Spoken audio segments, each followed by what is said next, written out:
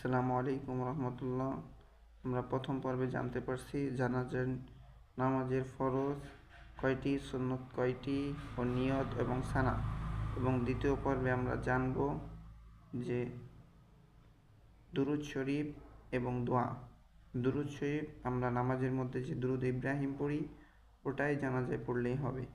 আর জানাজার তৃতীয় তাকবীরের যে দোয়াটা, প্রথম তাকবীরে সানা শেষ, দ্বিতীয় তাকবীরে আমরা দুরুদ শরীফ পড়ব এবং তৃতীয় তাকবীরের পরে আমরা যে দোয়াটি পড়ব, যদি কোনো বালেগ পুরুষ এবং মহিলা হয়ে থাকে তাহলে আমরা এই দোয়াটা নিম্নে আদায় করব। আল্লাহুম্মা গফিরলি হাইয়িনা ওয়া মাইয়িতিনা ওয়া শাহিদিনা ওয়া গায়িবিনা ওয়া সগীরিনা ওয়া কাবীরিনা ওয়া যাকারিনা ওয়া উনসানা। আল্লাহুম্মা মান আহইয়াইতাহু মিন্না ফাআহইহি আলাল ইসলাম ওয়া মা তাওয়াফাইতাহু মিন্না ফাতাওয়াফাহু আলাল ঈমান। এবং চতুর্থ তাকবীর বলে আমরা সকলে সানা ফিরিয়ে ফেলব। এবং যদি কোনো নাবাল্লিগ ছেলে হয়ে থাকে তাহলে আমরা এই দোয়াটা পড়ব তৃতীয় তাকবীরের পরে।